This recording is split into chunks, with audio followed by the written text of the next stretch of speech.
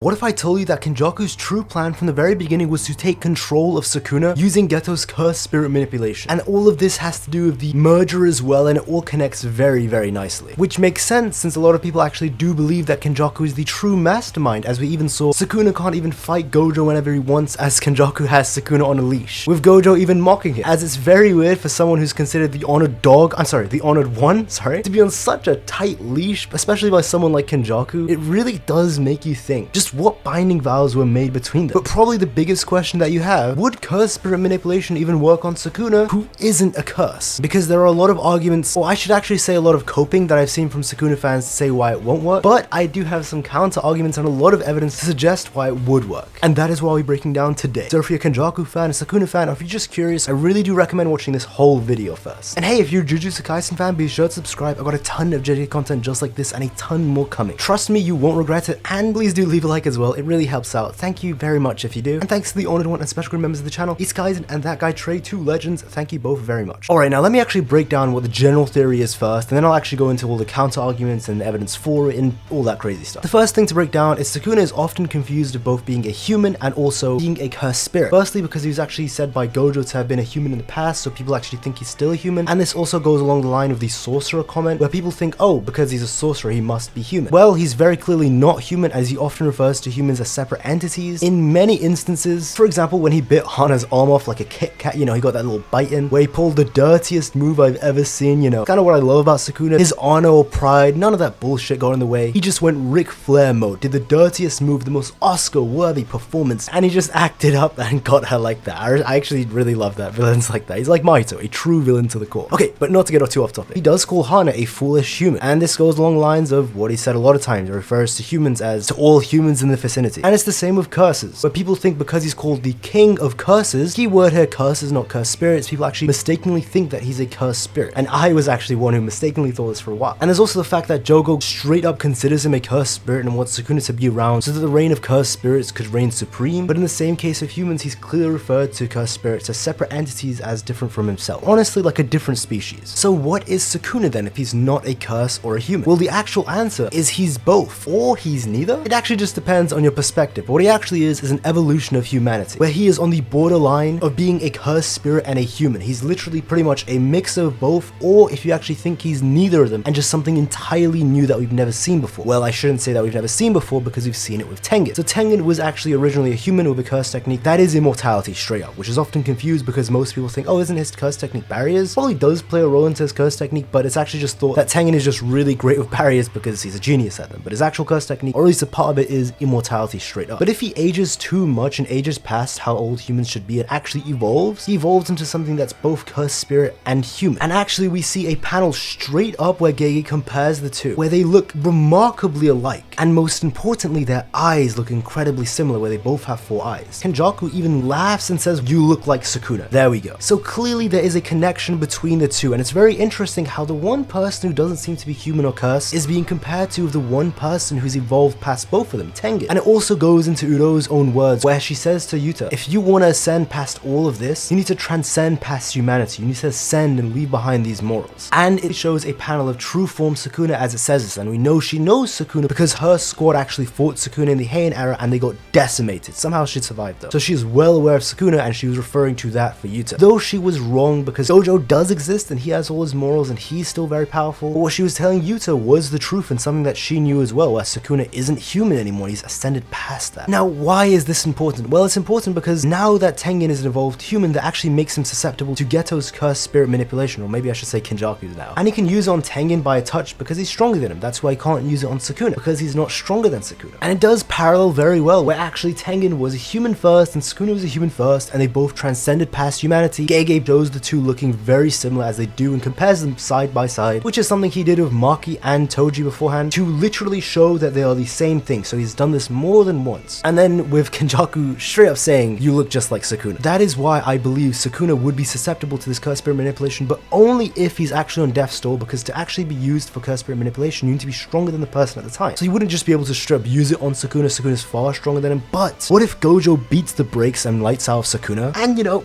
he just shows who's the true honored one, you know, it is what it is. And Sukuna's on death's door, but instead of getting the finishing blow, just like he did with Mahito, and didn't let Yuji get that finishing blow, what if he takes it from Gojo as well and absorbs Sukuna via cursed spirit manipulation while he's down and injured? It's a very interesting theory. It is one of my oldest theories that I have on this channel, or that I've even made, and I actually have a lot of theories far different from this, where it goes in very different ways, where I think, no, Sukuna would win, or Kenjaku's true plan is for Yuta's body, or Tengen's gonna break down Gojo's barrier. So I have a lot of theories, but this is just one of my old ones. But it's not as perfect as it seems, where you can just say, oh yeah, this could definitely just happen. Well, I wish it could just go that way. But there are a lot of counter arguments from Sukuna fans, and I actually understand this, because a lot of Sukuna fans really hate this idea, because Sukuna is their favorite character, he's the main villain, right? A lot of people want him to be the end all be all. So this is a situation where it's actually not about if there's evidence for it. A lot of people actually consider this impossible simply because they don't want it to happen. They want their king Sukuna to be on the top, or to be top dog. I completely understand this, because, you know, I'm a Madara fan, and right then and there, a lot of Naruto fans know exactly where I'm going with this, but I really love Madara. I mean, a lot of people love him, he's such a great villain. I really wanted him to be that final villain, and he just gets Zetsu'd at the end, where he gets shelved and absorbed for another villain to use. And a lot of people don't want this to be the case of Sukuna, and I get that, I really do, guys. But one thing you have to admit is that it's very possible, and I'll be getting into the counterpoints and why I think some of them are actually really good counterpoints, and why some of them don't hold up that well. And I got a lot of these counterpoints because I made a post about this on Twitter, and I got a lot of quote retweets and replies saying these counterpoints, so actually it's perfect. One thing I got a lot was that he's in a human's body, so because he's in Megami's body, it doesn't even matter if he were to be susceptible to it. Because he's in Megami's body, it just can't happen anyway, because you can't absorb a human's body with cursed spirit manipulation, because it's manipulating cursed spirits. Well, this is a good point, but I do have to say that we've seen before that curse techniques can actually split the souls or two bodies in one. So the example of this is Hana. Hana's curse technique, or Angel's I should say, is very capable of actually just straight up separating two entities in one body. Now, I know that this would probably kill the person, so in this case it would kill Megami to separate Sukuna, but remember, Angel did say it's not 100% that that's what would happen, and that there was actually a very slim chance that even Megami would survive having Sukuna removed from inside of him that way. But the important thing here is that the fact that it is possible via curse techniques, you can do this. Hana's curse technique was able to separate Megami and Sukuna. So what's to say Geto's curse technique can't do the same, where it would basically just absorb or take the part of Sukuna out of Megami. Now, would this kill Megami in the process? Probably, there's a good chance that it might, but just like Angel's, it probably wouldn't as well. And because they are two very different curse techniques, where Geto's is straight up manipulating cursed spirits and Hana's is manipulating the souls, it is possible that Geto's would actually be far better in this situation, and they'd do it far more smoothly. So unlike Hana's, where it's ripping apart the souls and literally splitting them in half to separate them, Geto's might be far more efficient and far more better for Megami, where if Kenjaku does take Sukuna out of him, it would be a very smooth process, and this would be the way that Megami actually lives. So shout out Blaziken, you know, he wants Megami live. Megami Nation, you probably love this theory. Well, yeah, Megami just survives that way and Sukuna gets absorbed out of it. So no, just because he's in a human body, that doesn't guarantee that he can't take it, or at least that Geto's curse technique can't take it out of him. Can I guarantee that it can do this? No. But on the opposite spectrum, you can't guarantee just because he's in a human body, it's impossible to separate the two. When again, we've seen different type of curse techniques can do this. And again, Geto's curse technique might be really suited to do this. Just a guess though. The second point that I saw a lot was that Sukuna can't be susceptible to cursed spirit manipulation because he's a cursed object now and not a human. Or an evolved human, actually, I should catch myself. Well, the issue I have with this statement is people believe that two things can't be true at once. Is Yuji no longer human just because he's now a cursed object? Obviously not. Yuji is still a human. He's still a living thing. It's not like he's no longer human or anything like that. In the same way, it's true for Sukuna. Yes, Sukuna is a cursed object. At least his fingers are. We've never actually seen Sukuna himself be a cursed object. The only times he's a cursed object is when he's ripped his fingers off. And even when it's said, Angel questions how Sukuna knows how they turn themselves into a cursed object. It does straight up show the panel where Sukuna's turned his fingers specifically into one. So at least in this case, it's the fingers that are cursed objects, not Sukuna. But let's just say Sukuna is the cursed object, since that's actually likely to be true as well, you know? Again, two things can be true at the same time. They're not mutually exclusive, and they've never said to be. Yuji is a human, and he's a cursed object. Sukuna is evolved human, so he's not human or cursed spirit, and he's a cursed object at the same time. So I think this is the weakest argument out of all the arguments out there, because really, it means nothing that he's a cursed object. Now, the next argument, and this is actually one that I've thought up with and I've used to actually go against my own point, but it's the fact that Sukuna might not just be exactly like Tengen. So yes, maybe they're both evolved humans and they're both of the same species, whatever this evolved race is, but remember Kenjaku's own words where he specifically says, and I quote, "Now that I have evolved, I am more cursed spirit than human being. That makes me a target for cursed spirit manipulation." Well, even though Tengen and Sukuna look very, very alike, you know, they have the 4 eyes, they look very alien, they don't even look human anymore. Sukuna has the 4 arms as well. What if Sukuna is just more human than than Cursed Spirit. Because even though they are extremely similar, Tengen does look just a bit more alien than him, and Sukuna looks just a bit more human than him as well. So it's possible that Sukuna just happens to lean more on the human side, so maybe he's 60 or 70% human and then 30-20% cursed. Unlike Tengen, who might be the opposite, where he's mostly cursed, as he said himself. And this is pretty much the main argument that I made, that I say maybe this is why Sukuna won't be susceptible to Cursed Spirit manipulation. And it's possible, I really see that being the case. But we've seen that Sukuna is actually capable of morphing his body as well, so it's possible that to beat Gojo, he might morph his body further and further into the realm of a curse. So he'd still be an evolved human, he wouldn't be a full-fledged curse, you know, but he'd just finally push on more to the curse side, and maybe that's what Kenjaku's waiting for. And let me briefly break down some narrative points. Sukuna is a very smart guy, he's a very clever guy, he's a very scheming guy, you know, let's just admit it, Kenjaku's smart. I mean, he's even got binding vows on Sukuna to put a tight leash on him, you know, turning the honored one into the honored dog.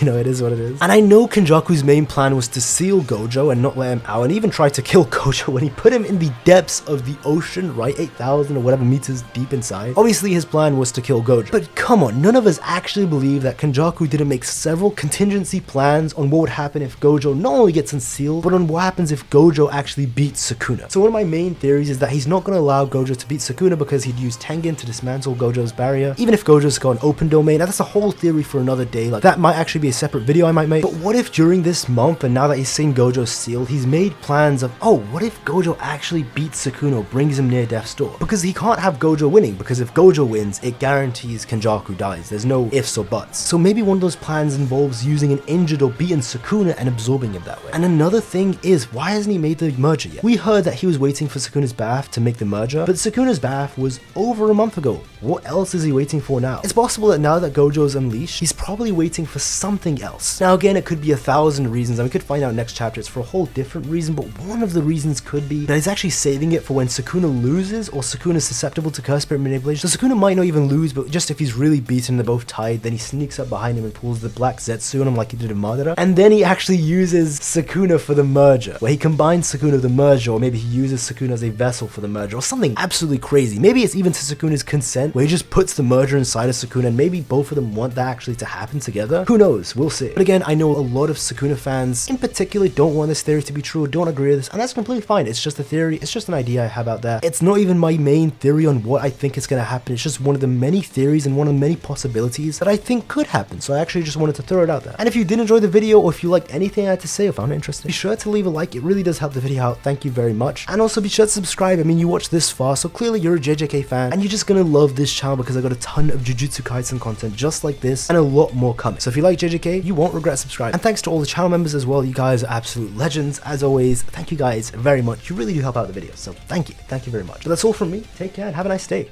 Goodbye, guys.